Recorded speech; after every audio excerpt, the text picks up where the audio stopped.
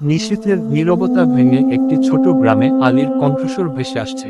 আলী একজন সাধারণ কৃষক, কিন্তু তার অন্তরে ছিল একটি অদ্ভুত শান্তি এবং আল্লাহর প্রতি গভীর বিশ্বাস। প্রতিদিন ভোরে সূর্য ওঠার আগে তিনি তার ছোট্ট মসজিদে গিয়ে নামাজ আদায় করতেন এবং আল্লাহর কাছে কৃতজ্ঞতা প্রকাশ করতেন। একদিন গ্রামে এক দরিদ্র ভিক্ষুক এসে হাজির হলেন। তার চেহারা ক্লান্ত, পোশাক ছেঁড়া এবং ক্ষুধায় চোখ ম্লান। ভিক্ষুক বললেন, হে ভাই, আমার কাছে কিছুই নেই, আমি ক্ষুধার্ত, একটু সাহায্য করুন। আলী তার ছোট্ট ঘরে গিয়ে যা ছিল তা নিয়ে এলেন, একটি রুটি এবং এক মুঠো খেজুর। আলী বললেন, এটা সামান্য, কিন্তু আল্লাহর জন্য তা গ্রহণ করুন। ভিক্ষুকটি চোখে পানি নিয়ে বললেন, আপনার এই দান আমার জীবনের জন্য বড় অনুগ্রহ। পরদিন রাতে আলী স্বপ্নে দেখলেন একটি উজ্জ্বল আলো।